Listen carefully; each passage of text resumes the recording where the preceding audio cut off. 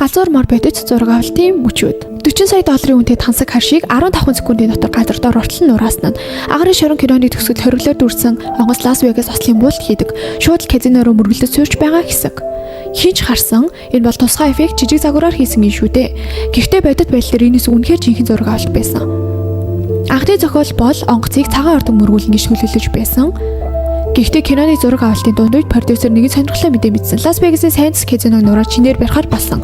Хэрэв бодитоор казиног мөргөлдүүлж авах боломж гарвал цагаан ордны жижиг загвараас илүү сүртэй харагдана шүү дээ. Тэгээд итэд яарвал нисэж очиод казиног эзэнтэй уулзахаар тохиролцсон. Эцэст нь ирж очиод бодлын урд хэсгийг үнгүй нураах боломжтой болсон. Зураг авалтын үед хоёр төрлийн онгоц ашигласан. Нэг нь газар дээр мөргөлдөх хэсэг зориулагдсан. Төмөр зар дээр татлахаар чирэгдэн казиног мөргөдөг. Харин нөгөө нь үнэхээр нисдэг онгоц байсан. Тэнгэрт эргэлдэж нисэж байгаа эцгийг дүрслэх зориулттай байлаа.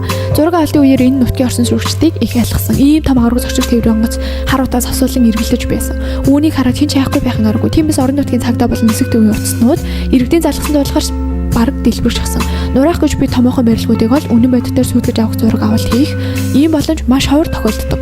Гэхдээ Азтай цөөхөн баг ийм зүйлд таарч байсан. Жишээлбэл Born 5 киноны Лас Вегас дахь уралдааны хэсэг. Энэ том ачааны машинаар мөргүүлсэн казино анхнаасаа нураах гэж байсан барилга байсан. Харин Bad Boys 2 кинонд тэсэж дэлбэрсэн энэ тансаг харш үнэхээр Miami-гийн баян хороолт байрладаг 40 сая долларын үнэтэй супер тансаг харш байсан. Тэгвэл түүний эзэн яагаад энэ хашийг нураах болсон юм бэ?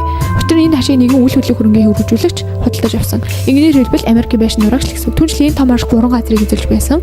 Хэрвээ нураагаад оронд нь 3 тустай байшин байрвал илүү их хашиг болно гэж тооцоолсон. Энэ мэдээ тарамагц Bad Boys киноны зураг авалтын баг минь даруй ирсэн. Тэсрэг хурлын төгс эжимсэн найруулагч Майкл Бэй асар их хэмжээний цэцрэг бодис бензин байрлуулсны дараа зөвхөн 15 секундын дотор энэ хашийг газар танд гიშэлсэн. Хашийн эзэн үнэн нураалт хийлгэж авсан.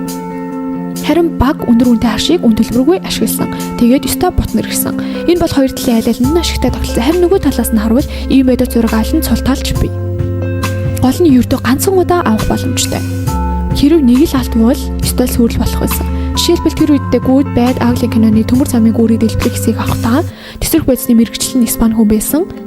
Харин зураглаач нь Итали хүн байсан. Хоорондоо сайн ойлголцохгүй байлаа. Зураг авалт эхлэхэд Итали зураглаач гараа өргөн дохио өгсөн. Өөрийгөө бэлэн болсныг хэлэх гэсэн. Гэтэл Испани тэсрэг бодисны мэрэгчлэн ойлгосонгүй. Өөрт нь дэлбэрэх товчтар байна гэж ойлгосон. Тэгээд шууд л товчийг тарчихсан. Тэр үедд бүх багийнхан мэл гайхаж очилсан. Киноны хэсэг авагдаагүй байхад өнөөдрийн гол объект туслаа. Гайхсан найруулагч өөр хэсгүүдэд төрүүлж авах болж тэгээд барилгын багт гүүрээ дахин босгохыг тушаасан. 2 сарын дараа эргэнэж энэ хэсгийг дахин авчээ. Жишээ нь Орсын The Sacrifice кинонд найруулагч бас их хүчин сармаал гаргаж төгс тохирох байшин олж авсан.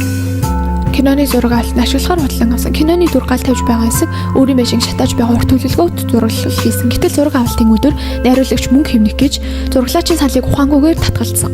2 камер зэрэг ашиглах саналыг хүлээж аваагүй. Ганцхан удаа авах боломжтой хэсэг шүү дээ. Con-Air киноны нисэх онгоц казинод мөрөлдөгсөд бүр 14 камер зэрэг ажиллаж байсан. Харин энэ найруулагч зүгээр нэг ганцхан тогтсон байрлалтай камер аюулгүй гэж бодсон. Гэтэл зураг авалт эхлэхгүй даазгүй зүйл тохиолдсон.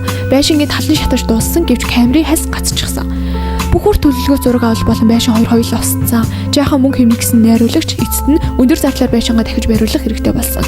Дараагийн удаа зураг авахдаа найруулагч үнэхээр сурамж авсан. Зураглаар сануулгаас өмнө шууд 2 камер ашиглахыг зааварсан. Харин энэ удаа ямар ч асуудал гараагүй.